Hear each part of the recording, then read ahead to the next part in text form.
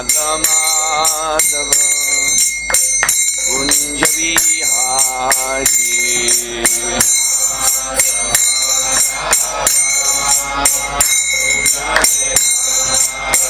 Jaya Radha Madhava Kunja Vihari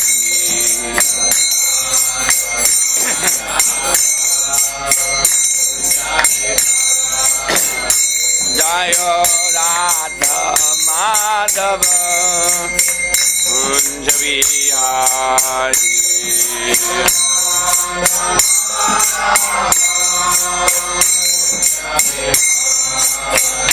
Hare Krishna Krishna Krishna Hare Hare Hare Rama Rama Rama Hare Hare Hare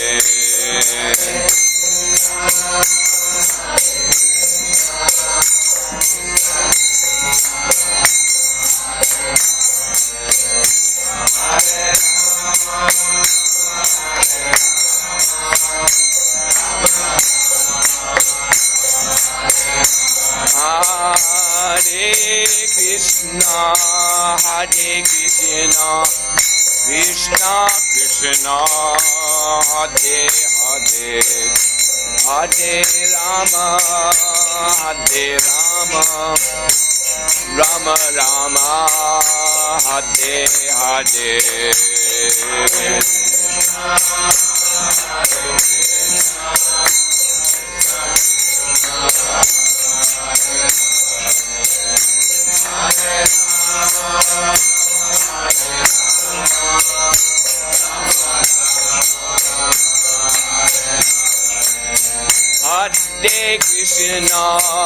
Hare Krishna Krishna Krishna Hare Hare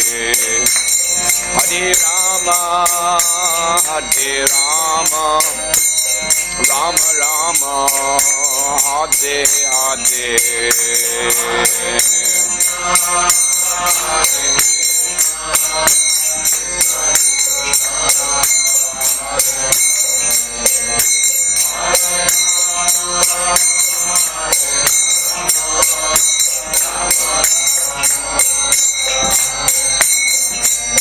Jaya Prabhupada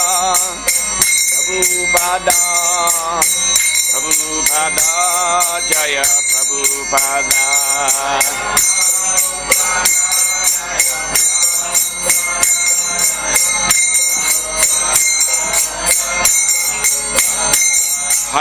Haribol Haribol Goda Haribol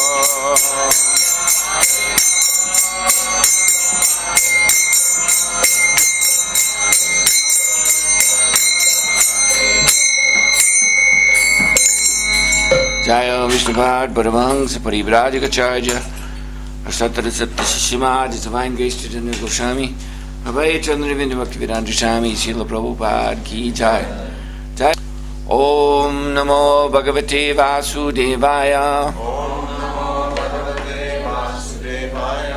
Om Namo Bhagavate Vasudevaya Om Namo Bhagavate Vasudevaya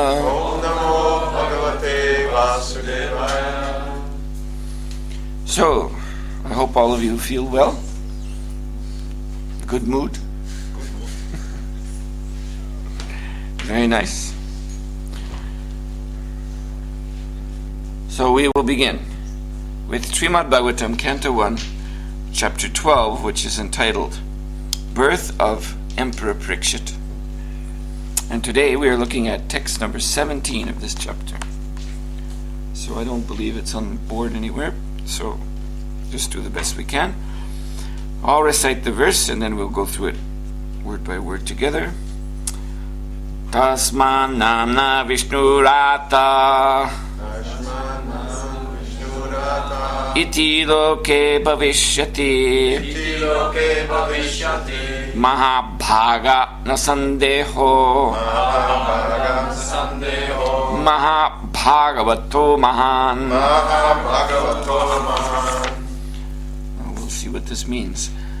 Please repeat. Tasmat, Tasmat, therefore, therefore, namna, namna, by the name, by the name, Vishnu Rata, Vishnurata, protected by Vishnu, protected by Vishnu, the personality of Godhead. personality of Godhead. Iti, Iti, thus, thus, loke, loke, in all the planets, all the planets, bhavishyati, bhavishyati, shall become well known. shall become well known. Mahabhaga, Mahabhaga, most fortunate. most fortunate. Na, Na, no. no. Sandeha, Sandeha, doubts. doubts. Mahabhagavata, Mahabhagavata, the first class devotee of the Lord. first class devotee of the Lord. Mahan, Mahan, qualified by all good qualities. qualified by all good qualities. Translation and purport by His Divine Grace, A.C. Bhaktivedanta Swami Srila Prabhupada Ki Jai.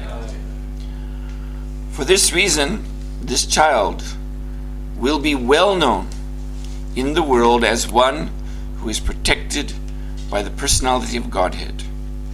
O most fortunate one, there is no doubt that this child will become a first-class devotee and will be qualified with all good qualities. Purport. The Lord gives protection to all living beings because He is their supreme leader. The Vedic hymns confirm that the Lord is the supreme personality among all personalities. The difference between the two living beings is that the one, the personality of Godhead, provides for all other living beings, and by knowing Him, one can achieve eternal peace. This is from Katha Upanishad. Such protection is given by His different potencies to different grades of living beings. But as far as His unalloyed devotees are concerned, He gives the protection personally. Therefore, Maharaj Parikshit is protected from the very beginning of his appearance in the womb of his mother. And because he is especially given protection by the Lord, the indication must be concluded that the child would be a first-class devotee of the Lord with all good qualities. There are three grades of devotees, namely the Mahabhagavata, Madhyam Adhikari, and the Kanishta Adhikari. Those who go to the temples of the Lord and offer worshipful respect to the deity without sufficient knowledge in the theological science, and therefore without any respect for the devotees of the Lord, are called materialistic devotees, or Kanishta Adhikari, or the third grade devotees. Secondly, the devotees who have developed genuine service mentality for the Lord and thus makes friendships with similar devotees only, show favor to the neophytes and avoid the atheists, are called the second grade devotees. But those who see everything in the Lord, or everything of the Lord, and also see in everything an eternal relation of the Lord, so that there is nothing within their purview of sight except the Lord, are called the Mahabhagavatas, or the first grade devotees of the Lord. Such first grade devotees of the Lord are perfect in all respects. A devotee who may be in any one of these categories is automatically qualified by all good qualities, and thus a Mahabhagavata devotee, like Maharaj Parikshit, is certainly perfect in all respects. And because Maharaj Parikshit took his birth in the family of Maharaj Yudhisthira, he is addressed herein as the Mahabhagavata, or the greatest of the fortunates. The family in which a Mahabhagavata takes his birth is fortunate because, due to the birth of a first grade devotee, the members of the family, past, present, and future, up to 100 generations, become liberated by the grace of the Lord out of respect for his beloved devotee. Therefore, the highest benefit is done to one's family simply by becoming an unalloyed devotee of the Lord. Once more, the verse reads, Tasman namna Vishnu Rata iti loke bhavishyati ma bhaga nasan deho maha bhagavato mahan. Kindly repeat the translation after me. For this reason, this child will be well known in the world as one who is protected by the personality of Godhead. O most fortunate one, there is no doubt that this child will become a first-class devotee and will be qualified with all good qualities. Mukam karoti bachalam magamangayate kadimya kripatam mande Sri Gurun Nidatarnam. So first, I'll start about these grades of devotees. Again, Srila Prabhupada writes about the Kanishta Adhikari, those who go to the temples of the Lord and offer worshipful respects to the deity without sufficient knowledge in the theological science and therefore without any respect for the devotees of the Lord are called materialistic devotees or Kanishta Adhikari, or the third grade devotees.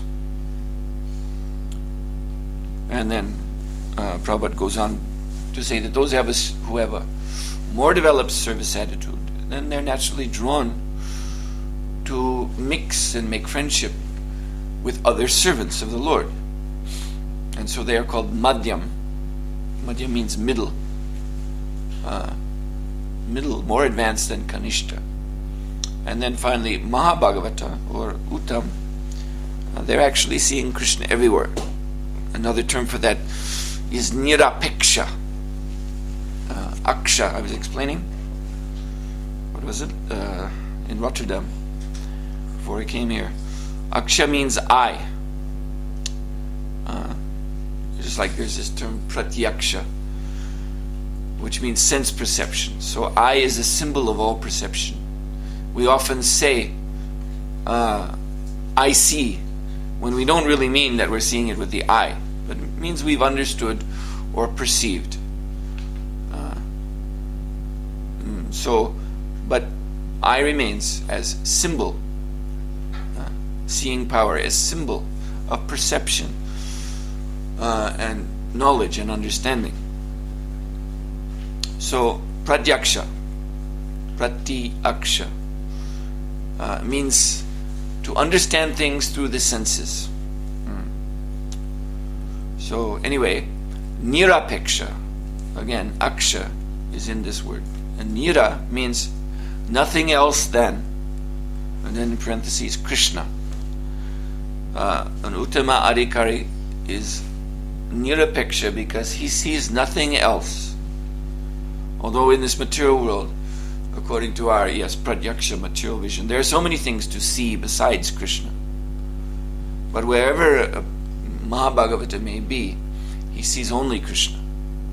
Prabhupada says not necessarily that he's seeing Krishna directly face to face wherever he turns his eyes, but whatever he sees, he does not miss or he does not ignore the connection to Krishna. Because Krishna, as explained here, indicated here, Krishna also means his energy. What is the meaning of God? Now we come to Mayavadi philosophy. You see, one of the grave defects of the Mayavadi philosophy, at least in its orthodox original version, of course now there's so many new forms of Mayavadi philosophy churned out by different people's brains, and they don't care for the tradition, but there is actually orthodox Mayavadi philosophy which is preserved within a sampradaya, which even Srila Prabhupada indicates therefore makes it in a way bona fide, although we as Vaishnavas do not accept Mayavadi philosophy. Still, because there is the Shankara Sampradaya, which goes on even today. There are 4 main centers of this teaching in India, presided over by a spiritual master, spiritual authority, who is also called Shankaracharya, not Adi, not the original Shankaracharya, but he is the Acharya coming in the line of Shankara. So in that sense, there is some tradition to it. So in that Orthodox Mayavadi philosophy, Brahman, the absolute truth, or God, if you will, of course this is not a personal God, but Brahman has no shakti, has no power. Brahman just is, sat. This is very much like the old idea of some Greek philosophers like Aristotle foremost, I think, who conceived of being, that the ultimate being is just an entity of thought, and this being just thinks of himself. He exists in some ideal realm of ideas, and simply is meditating or contemplating on himself, on his own glories, I guess, although this being is impersonal, so it's hard to conceive of what glories an impersonal thing has. But anyway, he's this being, it, we should say, not he. It is contemplating itself. And then somehow or other, Aristotle does not explain this, and it seems like there is no explanation. Somehow or other, around this being, the creation unfolds. But it's not due to the will of this being. It's not due to some energy that he's emanating. It's just again, unexplainable side effect. So that is even there in the Greek philosophy, and it is enshrined in the Orthodox Mayavadi philosophy. This question of how creation unfolds, its relationship to Brahman, for the Mayavadis is a point which they say is, in their technical philosophical language, anirvyachaniya, which means you cannot talk about it. Don't ask that question. In other words, it is, and then they will say it is inconceivable, so it cannot be understood. What is the relationship between Maya? Because everything, this is Mayavadi philosophy, everything that we can know in this world through our senses, and everything we can conceive with our mind, anything that is human experience, anything that has form, activity, name, quality, any relationship, it must be Maya. Must certainly be illusion. It cannot be real, because reality is simply Sat, eternal self-consciousness, expressed just like we have our Maha Mantra, they have their what they call Mahavakya, Tattvamasi. I am that. Tat means that. So this is the best way for them to express their truth. I am that Brahman. And that's all you can say about Brahman. I am that. The essence of yourself is also that same Brahman. So, yes, anirvyachaniya. Do not inquire into this area of the relationship between this world and that absolute truth. You cannot say that this world is emanating from that absolute truth. That is denied by the original Shankaracharya. So how this world is existing, we can't discuss that. So there's a kind of joke, there are philosophical jokes actually, in the form of there's a series of stories about one so-called Guru Paramartika. These are humorous stories from South India. And they're told to children to teach them philosophy, because children have simple minds and cannot understand philosophy presented as philosophers presented. So these humorous stories are there to help them understand these things. So there is the story of the man. He was a poor man who went into a restaurant, which they call in South India hotel. So he went into a hotel, and he only had money enough for a plate of rice, simple, plain white rice. But also in this hotel, they were offering samosas. So that means the samosas were being cooked, and the whole hotel was filled with the smell of samosas. And the proprietor of this hotel, he was a rascal.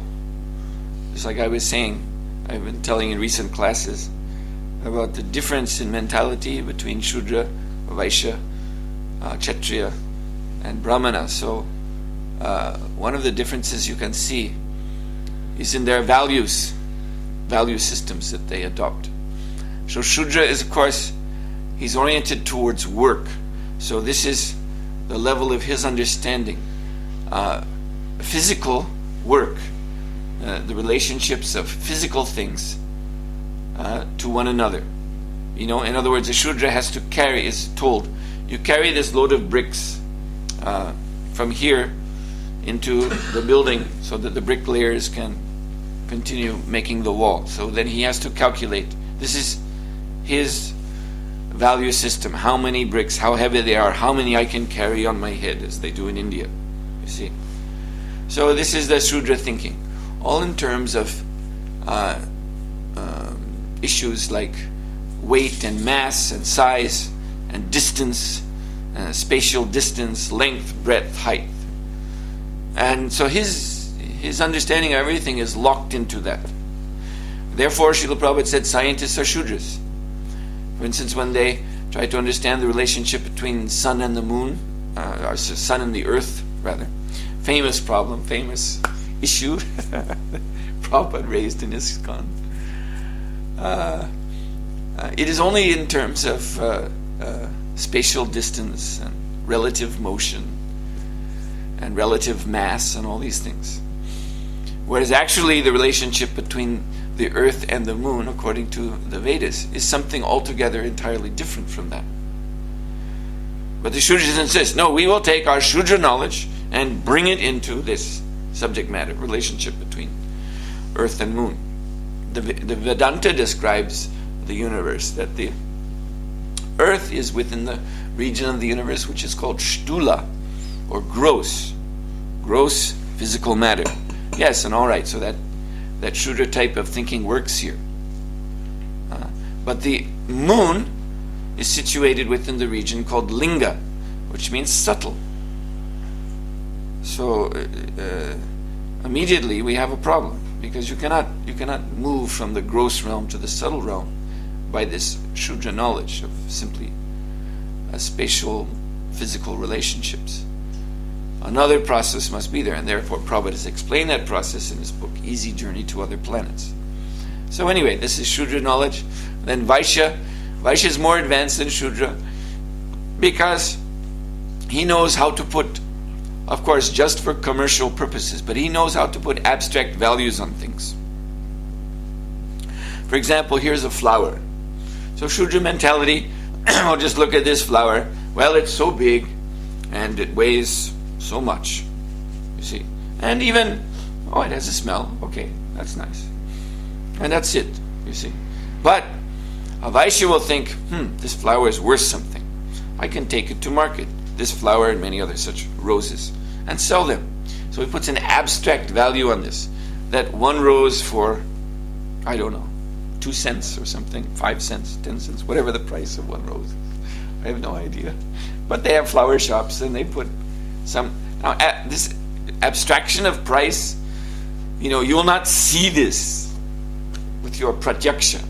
You'll not be able to look and find somewhere Of course, they put price tags on things, don't they? But a flower, at least in the garden, you'll not be able to find any, that God has put some price tag on this.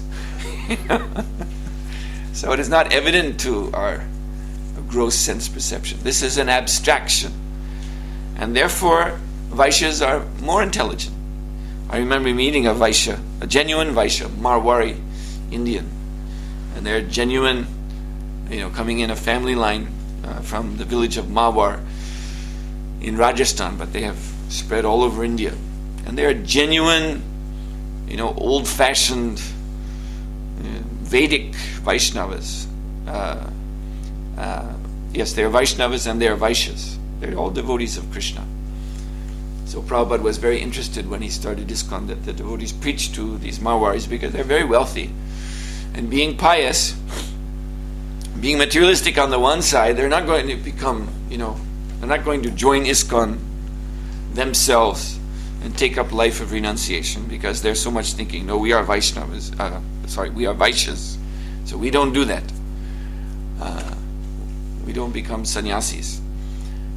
But they love Krishna, so they will use their wealth. They're very wealthy. So therefore devotees have great experience in preaching to these Marwaris. So I visited with Bhaktividya Purna Maharaj, a Marwari businessman in Calcutta, who was living in $1 million apartment. The apartment was totally marble, floor, wall, ceiling. Everything marble. Big apartment, whole floor of not just room on a floor of a skyscraper building, but it was the whole floor. You took the elevator up to that floor, and you got out of the elevator, and that was his apartment, the whole floor. So we visited him, and he was a very nice gentleman. His family was there, and we took lunch, prasad, at his place, and he was telling us, Bhaktivedanta Purna Maharaj is very interested in Varna Ashram, and these Marwaris are very Varna Ashram oriented people. They're Vaishyas. It means they're not so learned in Shastra, but they have their tradition, and they know that tradition very well. So he was explaining it. It was very interesting. So anyway, apart from talking about the nature of the Vaishya ashram, he was telling us also how he makes his money. And he's a very wealthy man and making crores of rupees every year. And he says, I don't go anywhere. I just sit here in my apartment. I have my telephone. And I'm calling up other Marwari businessmen all over India and making deals with them. You see, businessmen here in Calcutta, they come to me. We want a truckload of raw, of steel, for example, just raw steel pipes or whatever it is. We need such a truckload for our construction, and we need it cheaper than anywhere. So then I call up a Marwari friend somewhere, and I make a deal with him, and then I call up this gentleman here in Calcutta who needs the steel, and I say, you can get this steel for such and such price. You see, he has told me, my friend, one price. I've added a little bit on top for myself. And I call him and I say, you can get it for this price. He says, all right. And then we arrange the transaction. And so this way I'm taking something off the top of every deal, and that's how I make my money. I just sit here. So this is intelligent. This man is making crores of rupees every year just by sitting in his apartment with a telephone. Or Shudra thinks, I have to go out and work, I have to, lift heavy loads and do this and that. But a Vaishya is more intelligent. He can sit in one place and just, make business without having. And of course, these Marwaris are famously rather large because they don't get around so much. That's the typical image of a Marwari. So in India, if you hear Marwari, you immediately think of a rather overweight person because they're not physically active, but they are very intelligent for making money. So this is Vaishya. He knows the value of things. He knows how to manipulate the material value of things. And then above them, the Kshatriyas. Now the Kshatriyas are endowed with a very, very strong sense of honor, morality, justice, nobility, which the Vaishyas don't have. The Vaishyas, like Prabhupada says, they will tell you very sincerely, for you I am making no profit. See, you can barter with them and come down, and then finally they'll reach a price where he says, all right, simply because you're my friend, I'll give this item to you for this price, but I tell you, I'm not making any profit. But that is a lie. He is making profit, otherwise he would not be a businessman. He could not be a Vaishya. Prabhupada said, to make business, you must cheat. It is part and parcel. You cannot. No one can be successful, at least successful in business, without some cheating or other. But Kshatriyas, they are very honor bound, and this is very important because they're also very powerful, very forceful type of persons. So they enforce an honor code upon the rest of society. In other words, they enforce the law. And without the Kshatriyas, society would be lawless. Because Shudras are, it's not even, you can say Shudras are immoral. They're actually amoral in their own nature. Amoral means they don't understand morality. Immoral means you know morality, but you have decided, I'm going to be bad. I would rather be bad than good. But amoral means they really don't get it, what morality is, because they're so much overwhelmed by their senses. And therefore, like a child, a little child, uneducated child, will do bad things, not out of bad intention, but just because it doesn't know any better. An animal also will do bad things, pass stool, anywhere in the house, not because it has some deliberate intention to disturb you, to aggravate you, but just when it's time to pass stool, you pass stool, wherever you are. That's, So, but Kshatriyas are very, very extremely moral personalities. Then above them, the Brahmanas. And the Brahmanas are wise. And they're the actual head of society. They see through things through Shastra Shakshush, the eyes of scripture, but also not, shall we say, dogmatically. This word dogmatically means not, that would also be blind. There is something called bichar added. Bichar means deliberation, because there are so many shastric statements. In fact, as is admitted in the Shastras themselves, Mahabharata, vibhina, the Shastras even contradict one another. And so, you have, this is now, you can see the difference between what we call an academician, a mundane academic scholar, and a Brahmin, is that the academic, he'll take the Vedic Shastras and look through them and say, oh, here's a contradiction. Oh, here's a contradiction. Ha ha, here's another contradiction. Wow, how can anyone believe in this? So many contradictions, you see. Or maybe this person does, in a sense, believe, but he reads the Shastras, as we say, looking for loopholes. You see, this is another way of doing the same thing. And this way, oh yeah, I believe in the Shastras, but I found in the Shastras, here it says this, and there it says this. So that means a gap opens up, and I can go through the gap and do my thing. You see, do what I like. And you can't criticize me because, yes, well, you're quoting that Shastra that says what I'm doing is wrong. But I found over in the Shastra that it's okay. You see, so this is not a Brahman. This is something else. There are other classes of intelligence, like Sutta is a type of Shudra, actually. So if a Sutta is a pure devotee, like Suhotra Goswami, who is a reciter of the Bhagavatam, then that's all right. But generally, Sutta is a type of educated Shudra. A Sutta is one who can learn, who can recite, but he doesn't understand. Sutta also can be a poet. This is another thing. Poets are very good in putting together words that evoke, imagery and some kind of experience in people's mind when they hear it. But a poet may himself, just be playing with the words to create effects, and in this way go away from the actual siddhanta. This is why this one we see that Swarup Damodar Goswami criticized one poet.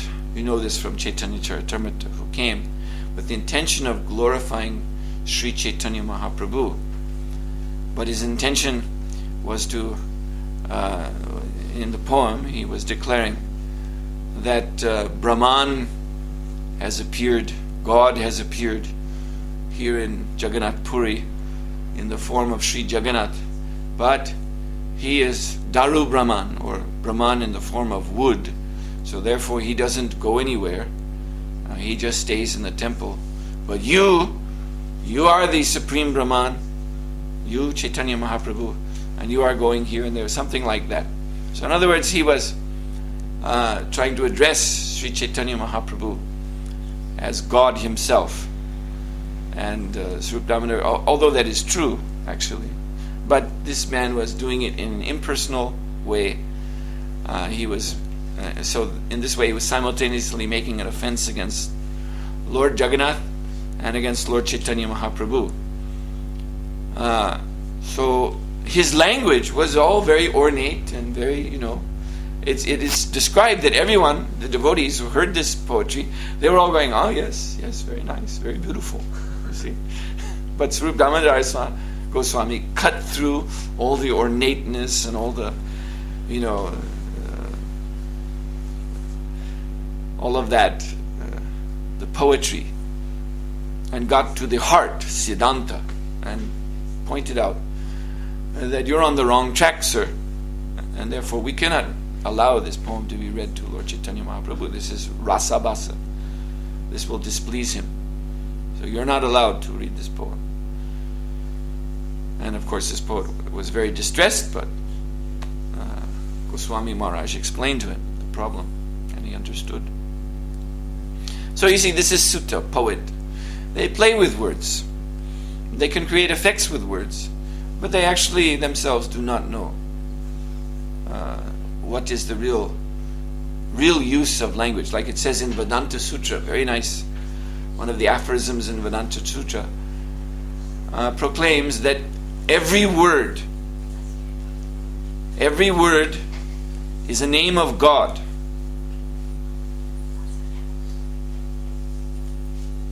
You done there? Okay, every word is a name of God.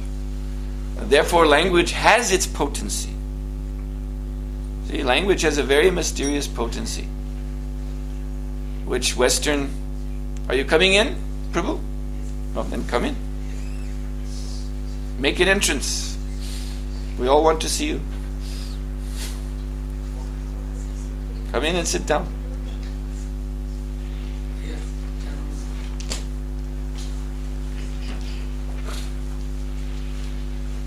Hare Krishna. Every word is the name of God. Because language has the most mysterious, inconceivable power. Just like I'm talking to you. I'm speaking words. What are these words? There are some sound forms emanating from my mouth. Now, why should these sounds manifest information in your consciousness? Why should that happen? Or a squiggle of writing. I write something on a piece of paper. It's just a squiggly line. You look at it, and information manifests in your consciousness. How is that?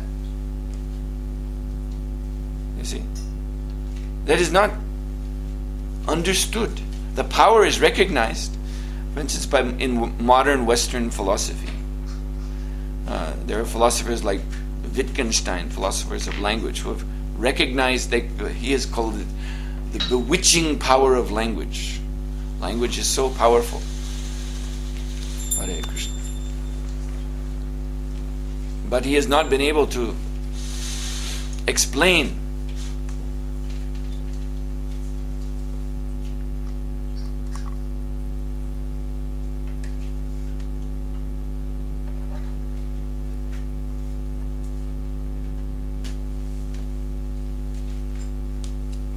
okay. He's not been able to explain how this happens. I was having a program in the University of Amsterdam, and there was one Andre van der Braak, Nietzschean devotee of Nietzsche. I'll talk about that a little bit.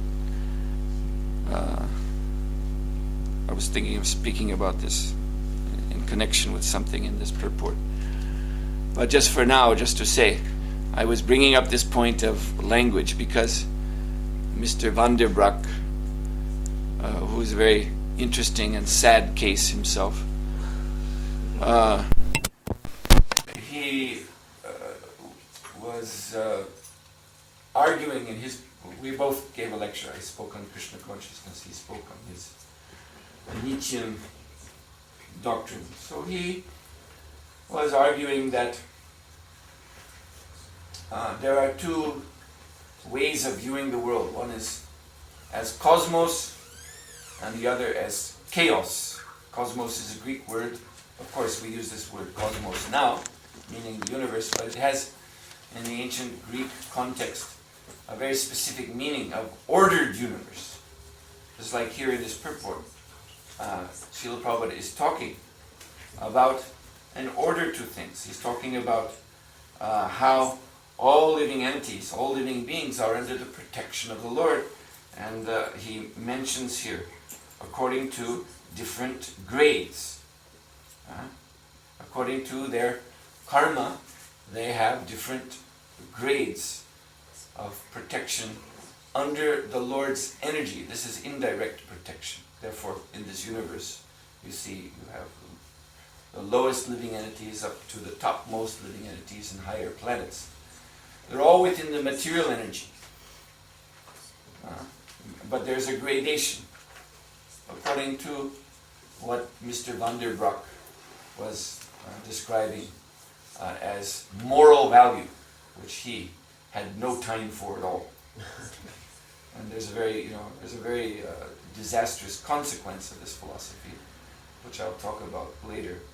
But anyway, out of his own personal frustration with his own attempts at becoming spiritually advanced, he had arrived at this nihilistic conclusion. Of course, he was very careful, being an intellectual. Intellectuals are very careful with their words. So he would always drop a footnote, but I am a relative skeptic. I'm not an absolute skeptic. Absolute skeptic is just as good as a believer in God.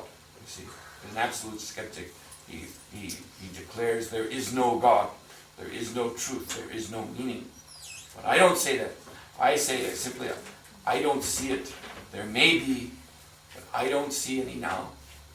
You see, like that. But then he goes on quoting, Nietzsche at least 10 times in his talk. God is dead. Nietzsche said God is dead. Nietzsche said God is dead. Nietzsche said God.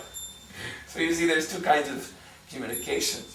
There's explicit and implicit, or explicit and tacit. There's what you say openly, it is like this, and there's what you imply. You see, someone who says 10 times in his lecture, God is dead, says Friedrich Nietzsche. It is like this, and there's what you imply. You see, someone who says 10 times in his lecture, God is dead, says Friedrich Nietzsche. And then once in a while he says, of course, I don't know. But Nietzsche said God is dead. And as soon as he's quoting Nietzsche, his face gets bright. There's a big smile on his face. Well, you know where he's at. And you know what he really believes. And you know what he wants others to believe too. But, to avoid being caught in a trap where, the question can be raised, if you say God is dead, that means you have absolute knowledge. No, I'm a relative skeptic. I don't know. Well, he had a great line. What I know is that I don't know. And of course, you have to be very, very careful in public programs with such people. The students, many of them, with themselves were of this skeptical nature, skeptical, so-called rational nature. So you have to avoid what is called ad hominem arguments, which means attacking the person. But, obviously, when you hear someone say that all I know is that I don't know, then, you're inclined to say that what the hell are you talking for? You don't know anything. Why don't you just get up and say, all I know is I don't know, and then sit down? Why do you have to give a 45-minute lecture about all the things that you're not sure about? So this is, you see, there's an implicit form of communication. And this is rascaldom. This is actually, you see, this is a gulf between Vaishnavism and again, Mayavadi. But he was a former Mayavadi himself. He used to be Buddhist and then Advaitist and became frustrated naturally. And then became a Nietzschean nihilist, which is just another form of Mayavadi philosophy. But the difference between the Mayavadis and the Vaishnavas is that the Vaishnavas say what they mean. This is called Mukhya Vritti. We take the Shastras literally. Mukhya means face. Vritti means meaning. The upfront, facial meaning. You see? Direct interpretation. Whereas the Mayavadis, they go for what is called Gauna Vritti. Gauna means indirect, means, you make a string of speculations. You go from the word itself, or the statement itself, the sentence itself, and you make a string of speculations, like Prabhupada, it wasn't Srila Prabhupada, it was one of my godbrothers used to often say in his lecture, quoting one famous Mayavadi sannyasi, so-called, very definitely so-called sannyasi. He was once asked by reporters, you're a sannyasi, but you have so many women around you. You're always seen to be surrounded by beautiful women disciples. And he said, well, Krishna had his gopis too. So, this was the kind of sannyasi he was. Or he is, he's still alive. And, but he once said that in Gita, we find it proclaimed that Krishna is God. Krishna is Bhagavan. Now, Krishna means black. Black means unknown. You see, this is the Gauna Vritti process.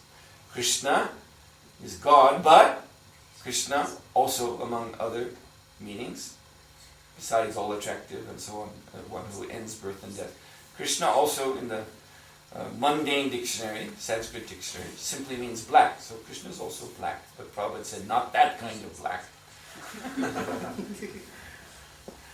But anyway, it is possible to take this meaning. So he said, Krishna is God, but Krishna means black. And then further, black means unknown. You see, you can actually talk in that way about a subject matter that it is, it is so dark to me, or this is absolute blackness to me, meaning that I can't penetrate this subject matter. So Krishna means black, and black means unknown, therefore God is unknown. That was his conclusion. So this is Gauna Vritti. And this is what the Mayavadis, this is their whole thing. Is they play with words, Prabhupada called it word jugglery. Jumping from one context to another context, to another context, to another context, to arrive at what they really want to say, or maybe better say, imply. Because as I was pointing out to Mr. Vanderbroek, I was saying, in your whole talk, I said, you give something to us with your right hand, and then you take it away with your left hand. So what are you really saying here? Because he makes a statement, And then he qualifies the statement, because he doesn't want to be pinned down.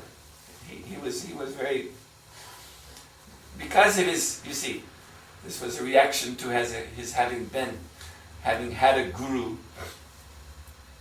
not a guru from India, an American guru. And this guru was a Mayavadi, a total Mayavadi, but also a guru, speaking very, I found out about this guru on the internet. So he is that type of personality who's very influential, very kind of like overwhelming others. He's immediately the center of attention, and is very skilled to cut through people's uncertainty, and this is the way it is, and therefore he has followers. So Mr. Van der Braak had followed this guru for 11 years, and then discovered he's not really leading me anywhere. Mayavadi philosophy doesn't really go anywhere. So he discovered this. So now his whole thought process is trying to extricate himself, to remove himself from authoritative systems of thinking. So therefore this is very much embedded in his consciousness. So therefore he's very careful with how he uses words, because he doesn't want to be accused of trying to be an authority. He doesn't want to be accused by others. Oh, you're being a guru too. So the way he does this is that everything is by implication, not by explication. He doesn't say, it is like this. He says, Nietzsche says it is like this, but I'm a relative skeptic, so I don't really know. So finally I asked him, well, the program closed, just about closed on this note where I asked him, my dear Mr. Van der Berg, can you say with any certainty that we are here in the University of Amsterdam discussing philosophy? Or if, as you say, you quote Nietzsche, everything is chaos, so might it be that this is just a big illusion we're having? Are we really here in the University of Amsterdam discussing philosophy? Or are we not? And he looked at me and he said, I don't know.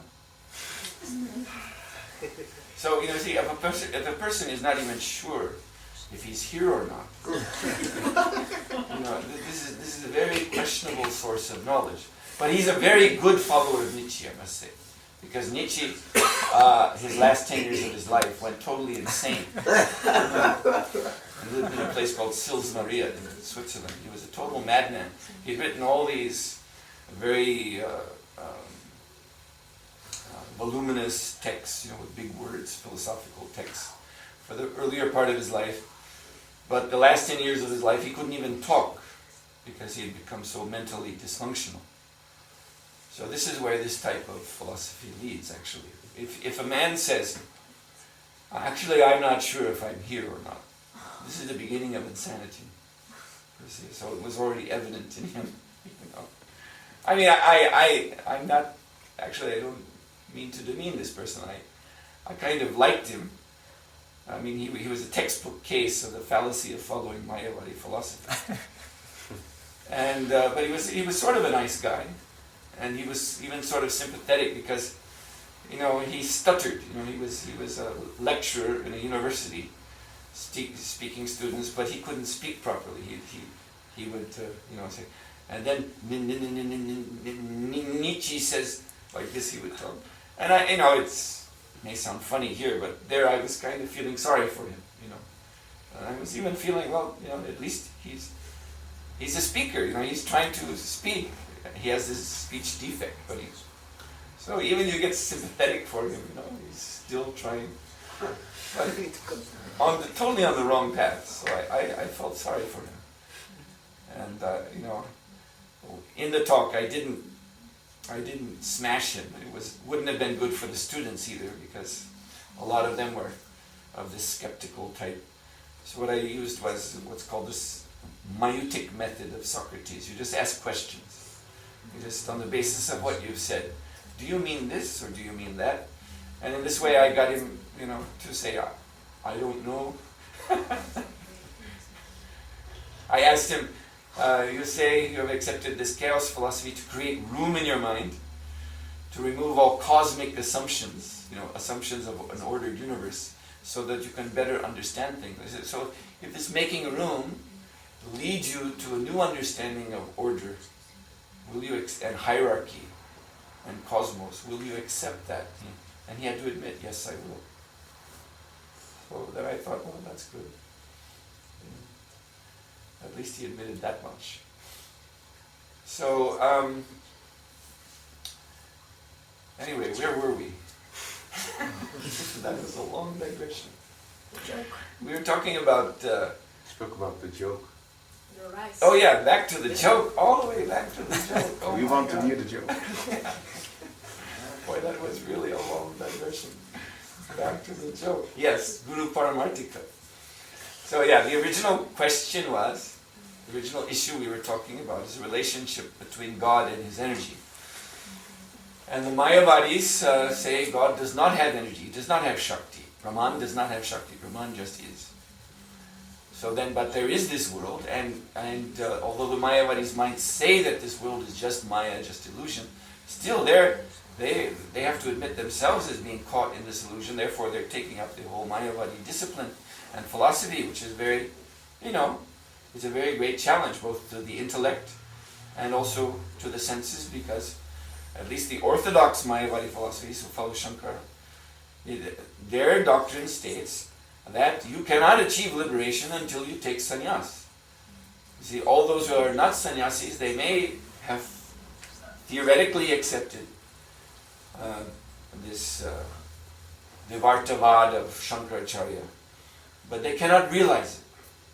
You must take sannyas, and that means you must, renounce all Sanskrit. And this Prabhupada, you probably have read, Prabhupada states that the Mayavadi sannyasis are much stricter than the Vaishnava sannyasis.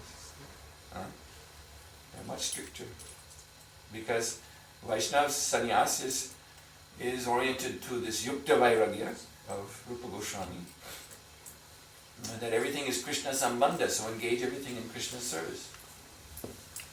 So really, really strict, old style Mayavadi sannyasis, they won't even get in a car. Car is Maya, you walk. You see, want to go to Himalayas, to pilgrimage, you're starting out from Sringeri Math in Kerala, southernmost India, you walk. You walk up to the Himalayas. You can't take a train. That's a real, staunch Mayavadi sannyasi. Prabhupada said they've been ordered by Shankara to study Vedanta. So Prabhupada gave this example. So they have Vedanta Sutra in front of them, and they're turning, or Upanishads, and they're turning the pages. And this is their sadhana, I must study Vedanta. So even they're studying, they're like this, and the big scorpion comes crawling along. They will still continue to read and remind the scorpion. The scorpion is not there. The scorpion is just Maya. Keep reading Vedanta. Scorpion is on their hand. Still just turn the page. Scorpion doesn't exist. Just Maya. Scorpion stings. That is nothing. That is just illusion. This is their discipline. Of course, in the West, there are so many Mayavadis who follow such teachings like, now he's known as Osho. Well, now he's dead, but his last name for himself was Osho. Before it was Bhagavan, and before that it was Acharya. You know who I'm talking about. No, don't mention the name, please. But anyway, this Osho, he wrote a book called Sambhoga Se Samadhi, which in Hindi means Samadhi through Sambhog means sex. So this is the, neo-Mayavadi philosophy. Since in Mayavadi philosophy there's sometimes even the statement that Brahman is Maya and Maya is Brahman, Nirvana is Samsara, Samsara is Nirvana. They ultimately, it's a paradoxical circle. So then these new neo-Mayavadi rascals, they take it to the absurd conclusion. So if Brahman is Maya, then take the most extreme form of Maya, and that will be your Brahman. That will be your enlightenment. So this is totally outside of orthodoxy entirely. Shankara said you must be sannyasi. So anyway, we still haven't told the joke yet. This is a very hard joke to tell. So I started to tell it. The man went in the restaurant because again, the whole point is what is the relationship between Brahman and his energy?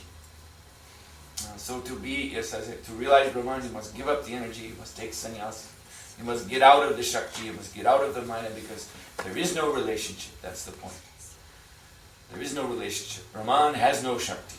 So if you're in the shakti, if you're in the Maya, and you cannot know Brahman, that's the point. And what is the relationship between Brahman and shakti? Don't ask that question. Anirvachini. So to illustrate the fallacy, the logical fallacy of this, there's a story of the poor man who had only enough money in his pocket for one plate of cooked white rice, plain white rice. But there were also samosas being cooked in the store. And the whole shop was pervaded with the smell of samosas. So the man took his rice. And then it was time to pay. So he had just enough money in his pocket to pay for the rice. But the proprietor, that was why I was telling you about Varnashram. The proprietor, Vaishya, he was a dishonest man. So he said, all right, you have eaten a plate of my rice, but you have eaten it in my hotel, in my establishment. And therefore you have been smelling as you ate. You have been smelling my samosas. So I must charge you extra for the smell of the samosas. And this man said, what? What are you saying? No. You have also enjoyed my samosas by smelling them. So you won't pay. Now the idea, this is, you see, I said this is funny, but this is pointing again to this Mayavadi paradox of the relationship between Brahman and Maya. They say there is no relationship, but obviously if Brahman is the absolute truth, there must be some kind of relationship. So it's like the smell of something. Brahman has the smell of Maya. You see, somehow or other. There is a smell of illusion associated with Brahman. You can't really fix it together, but there's some relationship. So this is the idea.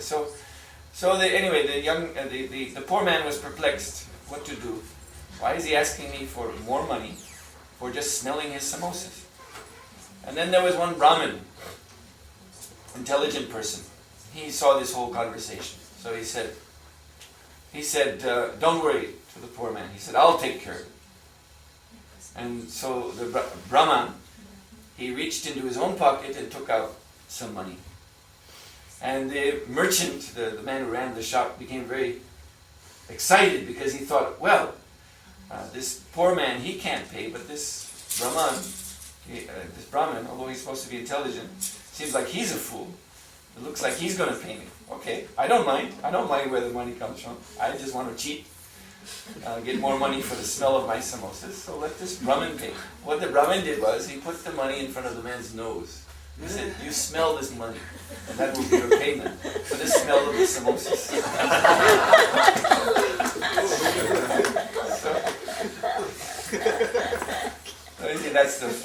This is very nicely demonstrating the fallacy of this Mayavadi paradox. You see? Anyway, so now to get back to the original point, which I've totally forgotten before the joke. But yes, the theme being that Brahman has no shakti. So, therefore, this world is a kind of chaos. I was mentioning this to you already about this Mr. Van der Braak. The idea from Nietzsche that the world is chaos. Chaos, means confusion. So that there is actually no sense to this world. And therefore, the order of this world, the seeming order that we see, like hierarchical order. That people, there are some more important people, less important people, more advanced, less advanced, more wealthy, whatever. This hierarchical order, it is just an illusion or just a cheating. Like Van der Brack was saying, religion is just, Nietzsche says, the revenge of the priests upon the people. The priests are themselves very frustrated, and so they impose, when they have power, they impose upon society a kind of crippling morality intended to give simply trouble to people.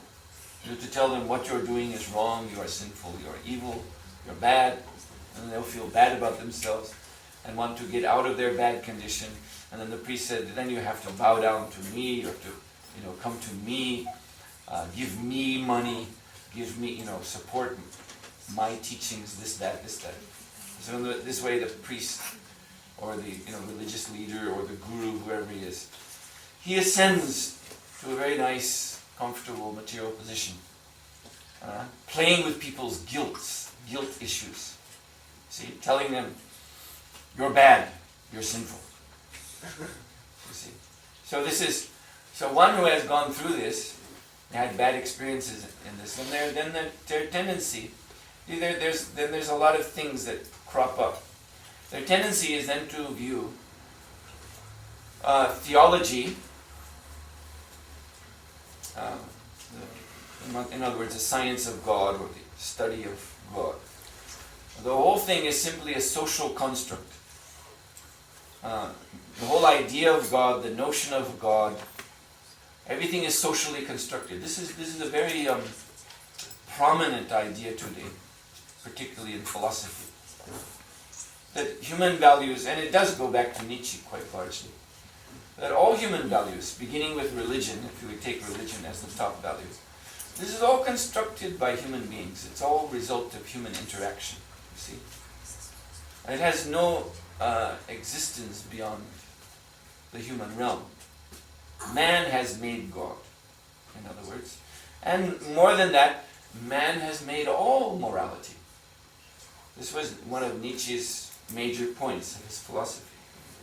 That morality is only relative. In other words, morality is just what you think or what I think is good or bad. But the universe itself has no such value system. The universe itself is chaos, which is opposed to cosmos again.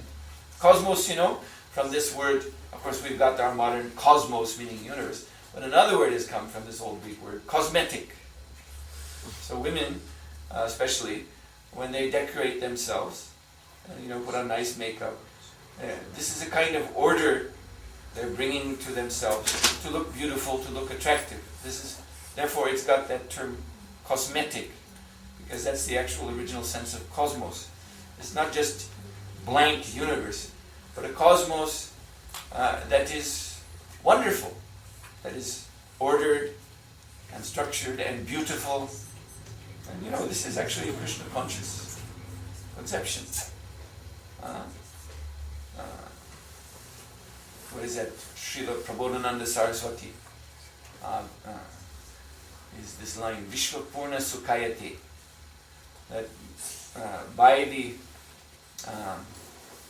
mercy of Sri Chaitanya Mahaprabhu, by his merciful sidelong glance, he describes so many wonderful effects that come from being blessed by the mercy of Lord Chaitanya. And the last one he mentions is Vishwapurna Sukhayati. Then for that person who has received this blessing, the whole universe becomes full of sukh, happiness. He sees everything as wonderful, the whole creation, as a wonderful display of the Lord's mercy, actually. Prabhupada says, the whole point of this material world, material universe, is that we may go back home, back to Godhead. So therefore the actual foundation of this material world is a very nice thing. It's Krishna's mercy. And it just depends on how you look at things. Like Prabhupada says, make the best of a bad bargain. You can point out, Prabhupada says, you can see faults in this material world, but there are also bright side. There's dark side and bright side to everything, because this is a world of dvandva, duality. So Prabhupada said Vaishnava. Vaishnava means, this is one definition he gave of Vaishnava. Vaishnava or Shadjana, pure soul, then his nature is to look on the bright side. In other words, his nature is to see the Krishna Sambandha, the connection to Krishna. And that's what I told you. Nirapeksha, the pure devotee, he only sees that. In fact, pure devotee deals with all other living entities as devotees. He relates to all other living. Therefore you see, I was explaining the other night, Srimati Radharani, who is topmost devotee of all. Number one devotee of Krishna. No one surpasses her devotion. But when she is missing Krishna, when she is in this ecstasy of vivaha, separation from Krishna, then she will go and pray to every resident of Vrindavan. You know, she is not only Madhura Rasa, which is the topmost rasa, but she is the very concentrated form of that rasa herself. In other words, there are other gopis in Madhura Rasa. And among all these gopis, Lalita, Vishaka, they are so advanced in Madhura Rasa. But who are Lalita and Vishaka serving? Srimati Radharani. Because she is the very wellspring of this rasa. She is Hladini Shakti herself. Therefore it is said, Govinda Nandini Radha, Govinda Mohani, Govinda Sarvasa Savakanti Shromani. So, Govinda, Mohani Radha, who can bewilder Govinda? Only Radharani, by her love. Govinda Sarvasa, who is everything to Govinda? Srimati Radharani. Govinda Nandani Radha, who is most dear to Govinda? Srimati Radharani. Therefore, Sarva Kanta Shiromani. Sarva Kanta Shiromani means of all his consorts, she is the Shiromani, means the crown jewel. She is the foremost.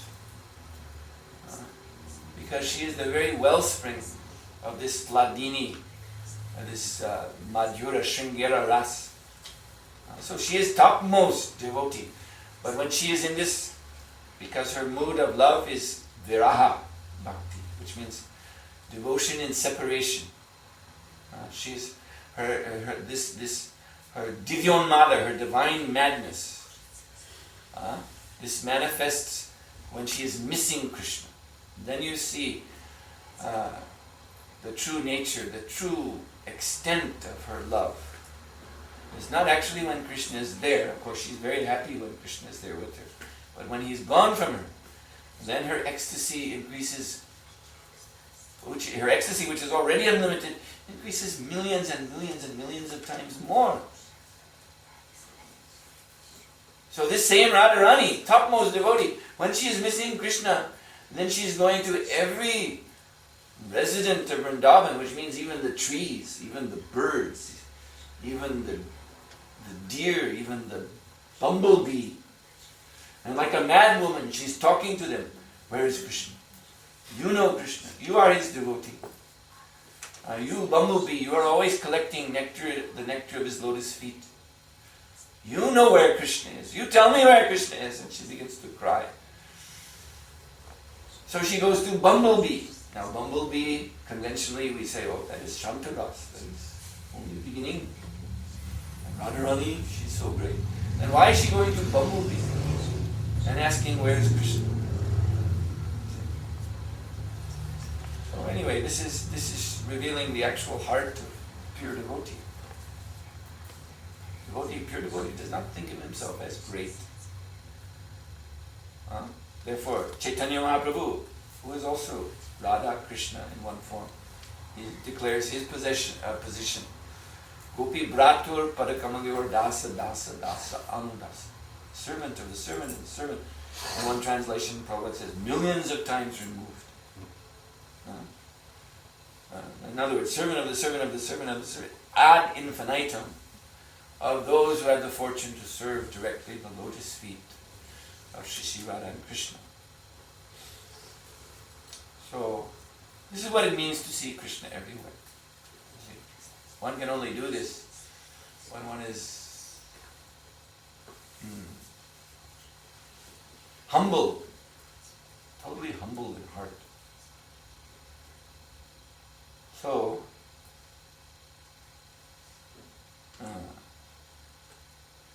again, we lost the track, but it had something to do had something to do with the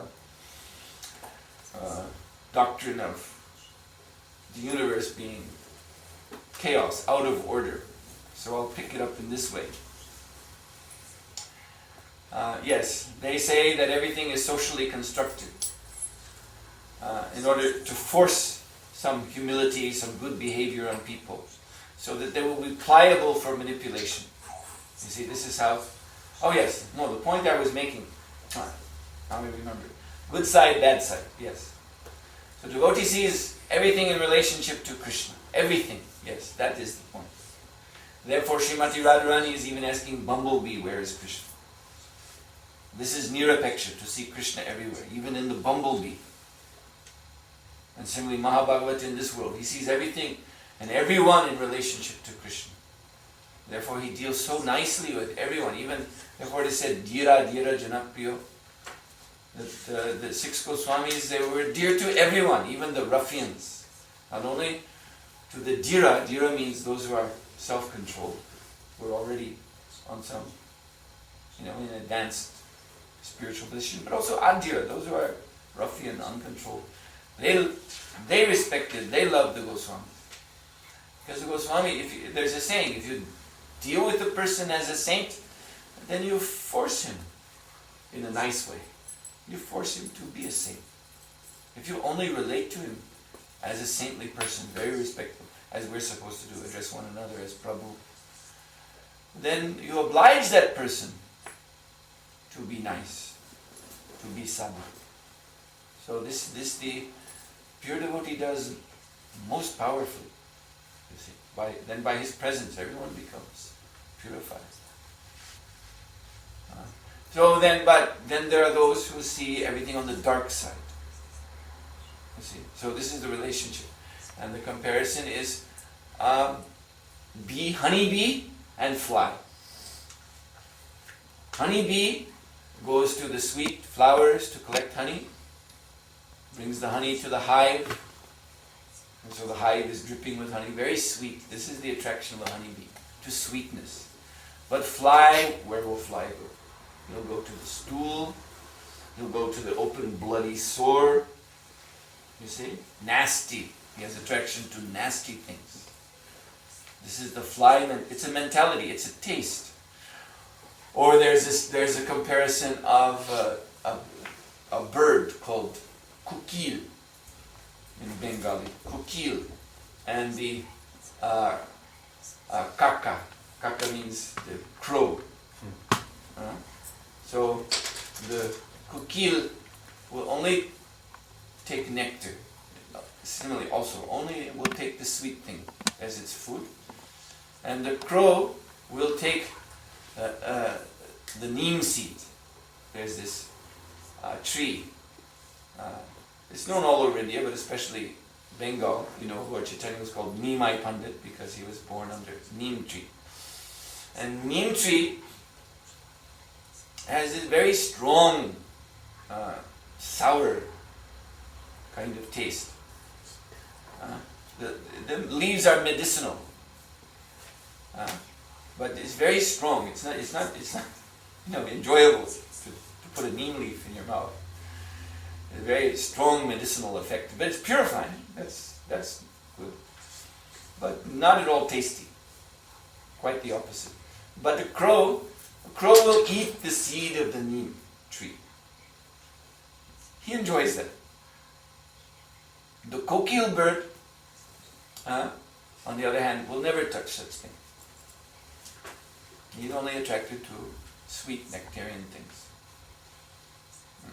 And there's so many examples of it. I've seen myself swan when they had Miami Temple.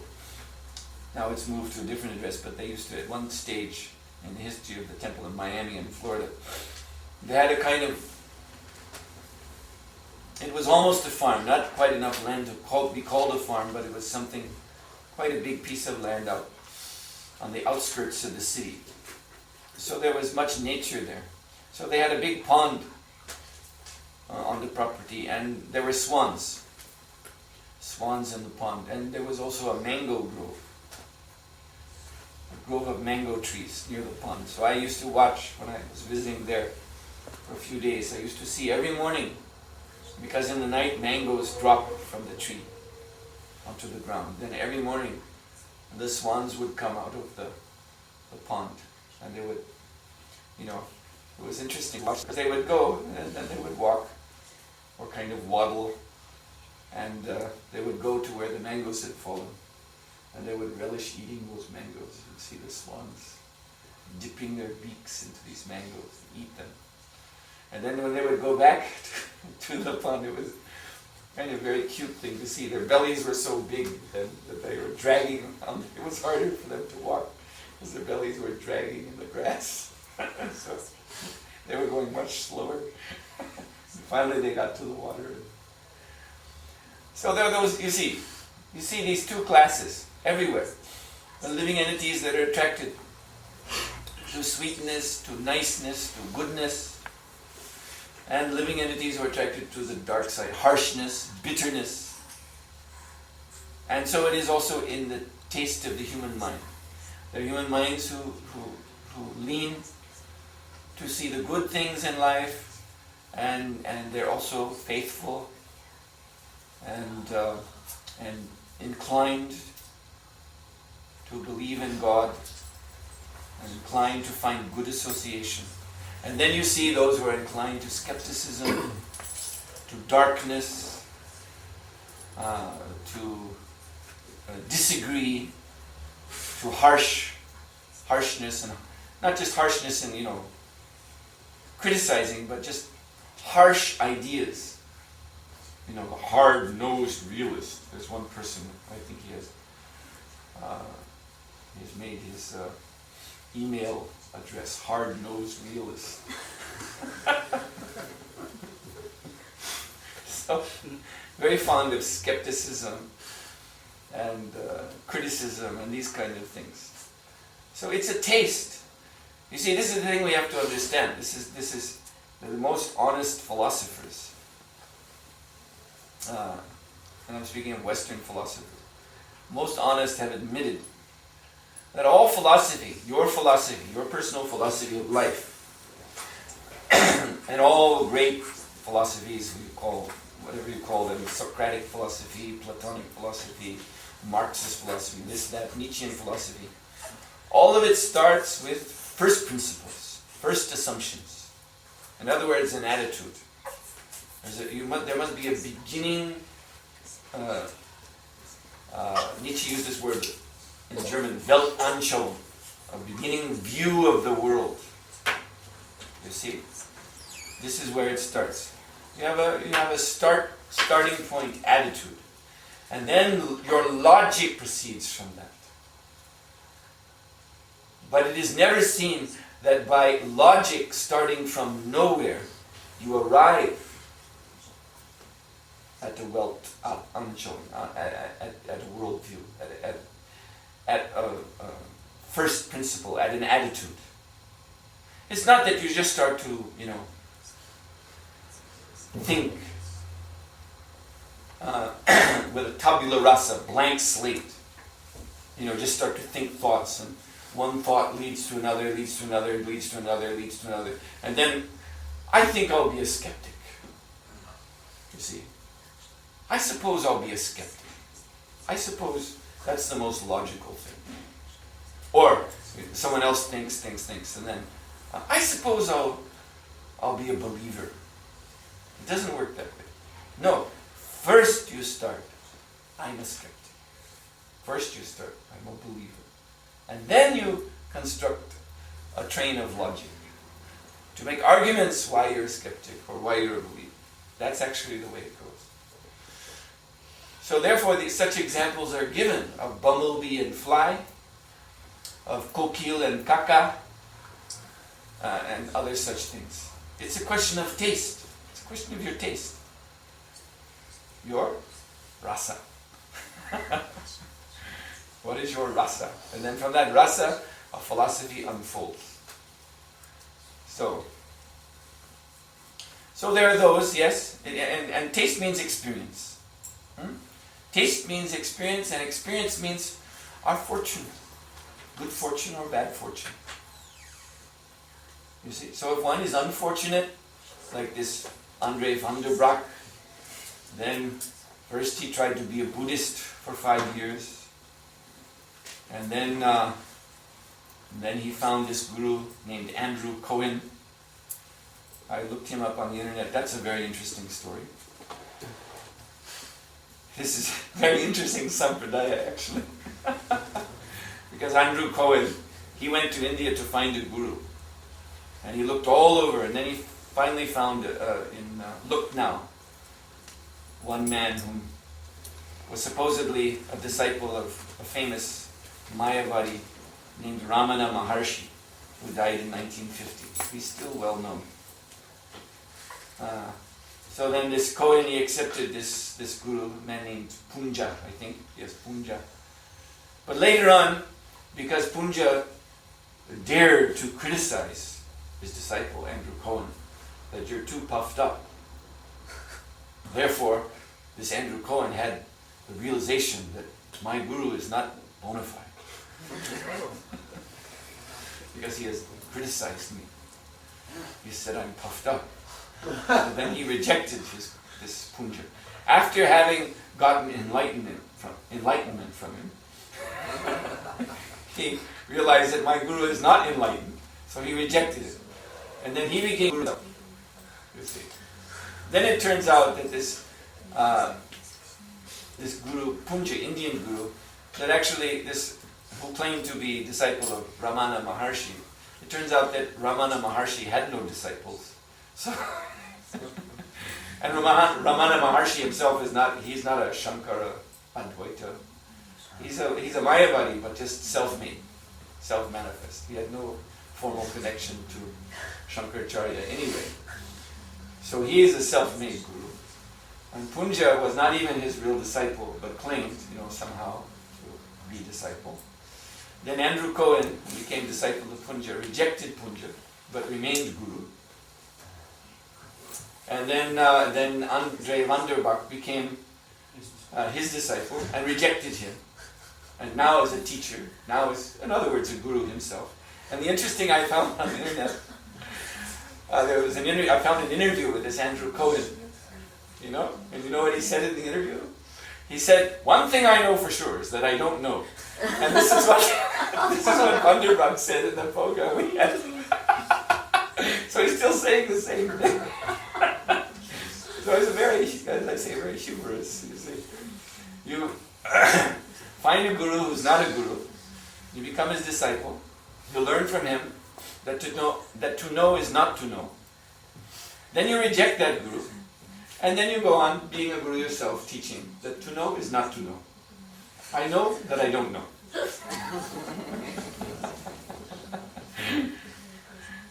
Medinite philosophy.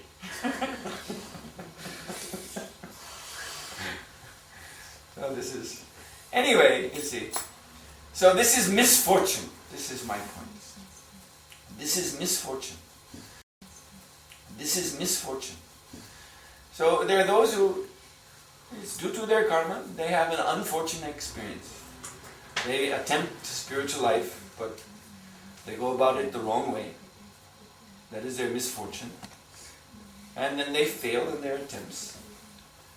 And because of that bad experience, then they become skeptical, they become, negative.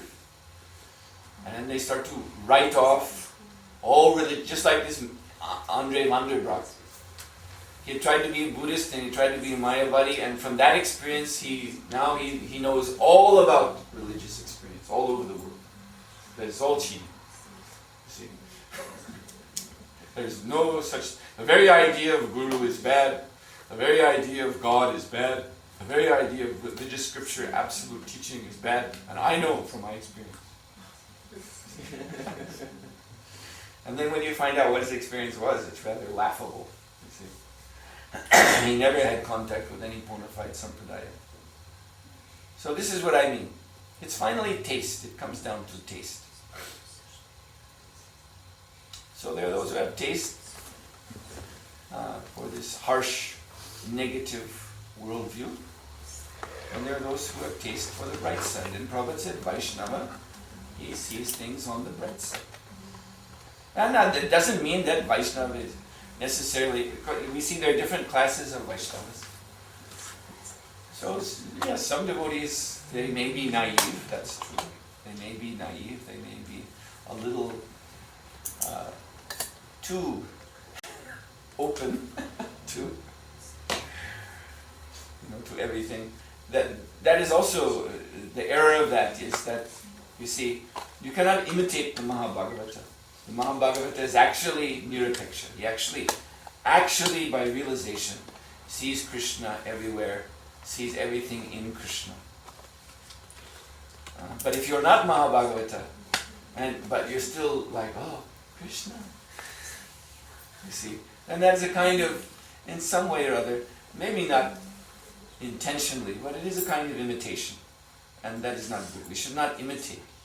Rather, we should follow, just like we see that Gaurkishore Das Babaji. He is Nirapeksha Vaishnava. He is the very model of this, what is meant Mahabhagavata, Uttama Adhikari.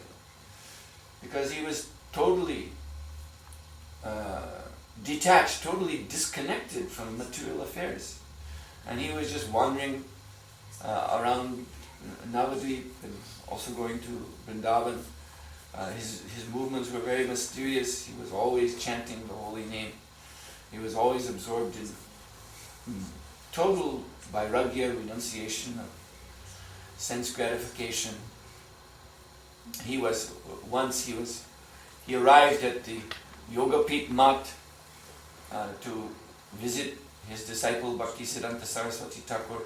He arrived in the middle of the night, and by this time he was blind. See, two things.